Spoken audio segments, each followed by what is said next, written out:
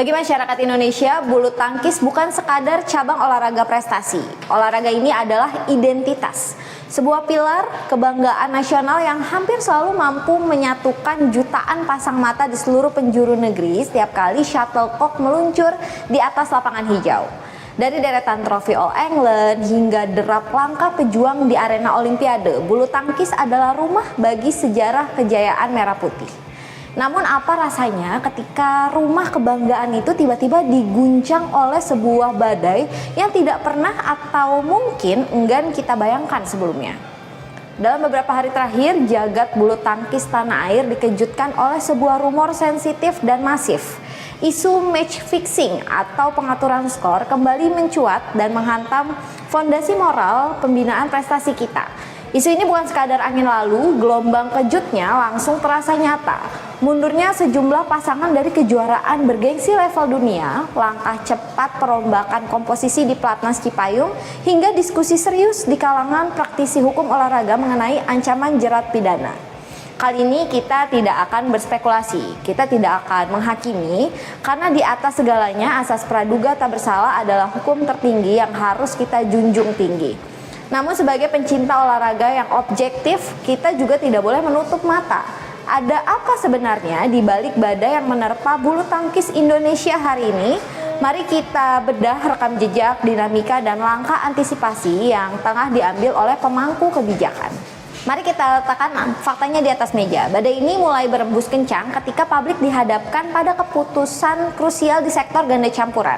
Pasangan Jafar Hidayatullah, Felisa Alberta, Nathaniel Pasaribu, dan Adnan Maulana Indah Cahyasari Jamil resmi ditarik mundur dari kejuaraan dunia BWF 2026. Keputusan penarikan ini dinilai sontak memicu tanda tanya besar di kalangan pengamat dan pecinta bulu tangkis nasional maupun internasional. Media-media regional termasuk dari negara tetangga turut menyoroti dinamika luar biasa yang tengah melanda sektor yang dulunya menjadi salah satu lumbung tradisi emas Indonesia ini. Tak berselang lama, langkah taktis langsung diambil oleh pengurus Pusat Persatuan Bulu Tangkis Indonesia atau PPPBSI.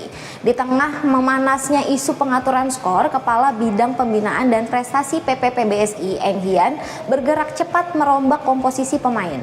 Indah Cahyasari Jamil yang sebelumnya berpasangan dengan Adnan Maulana kini diduetkan dengan wajah baru di sektor ganda campuran, yakni Bagas Maulana yang berpindah dari sektor ganda putra. Langkah ini dibaca oleh banyak kalangan sebagai respon darurat, sebuah upaya penyelamatan karir atlet sekaligus peremajaan sistem agar roda pembinaan tetap berputar tanpa tersandera oleh bayang-bayang spekulasi negatif. Berbicara mengenai integritas olahraga, kata match fixing adalah sebuah racun mematikan yang dapat meruntuhkan esensi sportivitas dalam hitungan detik. Dunia bulu tangkis internasional maupun nasional sejatinya bukanlah tempat yang steril dari kasus-kasus pelanggaran integritas. Jika kita menengok ke belakang, sejarah mencatat bahwa isu pengaturan skor atau pelanggaran aturan BWF terkait integritas pernah beberapa kali menyeret nama-nama atlet dari berbagai belahan dunia, bahkan tak luput dari catatan kelam bulu tangkis tanah air sendiri. Sejumlah pemberitaan media massa pernah mengulas bagaimana sanksi berat mulai dari skorsing hingga larangan tampil seumur hidup pernah dijatuhkan kepada oknum pemain yang terbukti mencederai kejuaraan di lapangan. Di antaranya ada 8 pemain Indonesia yang dihukum karena match fixing pada 2020, yakni Hendra Chandaya, Ivan Didanang, Andro Yunanto, Sekartaji Putri, Mia Marwati, Fadila Afni, Aditya Dwi Marto, dan Agni Prima Ramanto Putra. BWF memberikan hukuman disiplin yang berbeda-beda kepada 8 pemain Indonesia. Selain itu, BWF juga menghukum pemain lain dari Brunei Darussalam, Malaysia, dan India dengan kasus yang sama. Kasus-kasus terdahulu memberikan satu pelajaran mahal bahwa Federasi Dunia, yakni BWF, tidak pernah main-main dalam menegakkan aturan integritas atau kode on integrity. Penyelidikan yang dilakukan oleh lembaga independen biasanya berfokus pada analisis pola permainan, kejanggalan taktik ketika bermain, hingga komunikasi yang mencurigakan. Karena itu, ketika isu serupa kembali mencuat pada 2026 ini, reaksi publik menjadi begitu reaktif.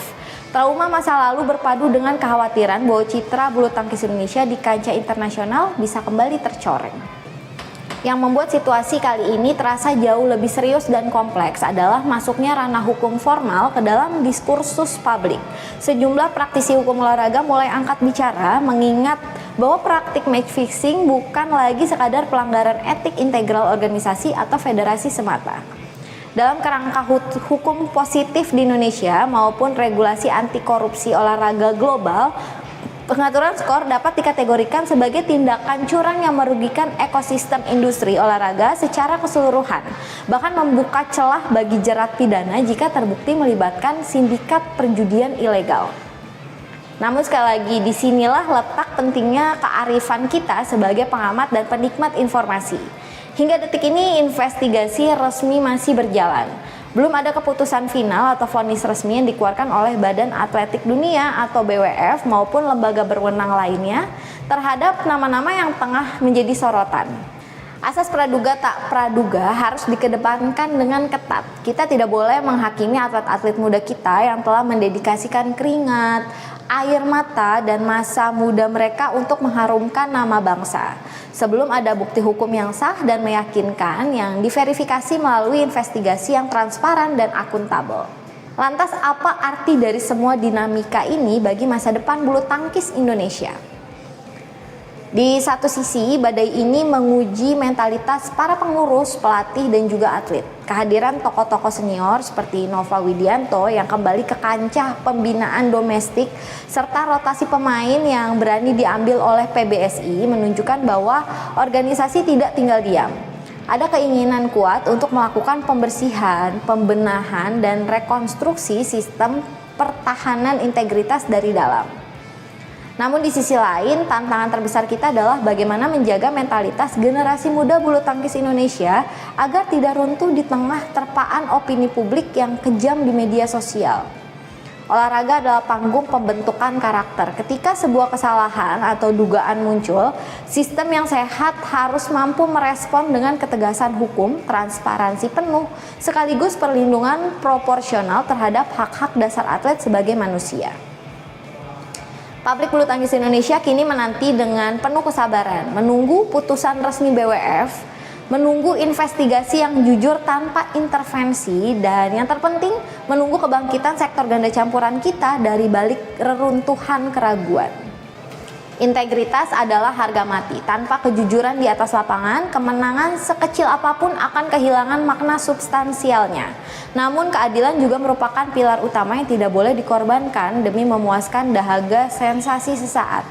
Mari kita kawal proses ini dengan kepala dingin, kita dukung upaya pembenahan total di Platnas Cipayung, dan kita doakan semoga badai ini lekas berlalu, membawa bulu tangkis Indonesia kembali terbang tinggi di Subscribe, share, like, and comment. Subscribe, share, like, and comment. Subscribe, share, like, and comment. Subscribe, share, like, and comment. Subscribe, share, like, and comment.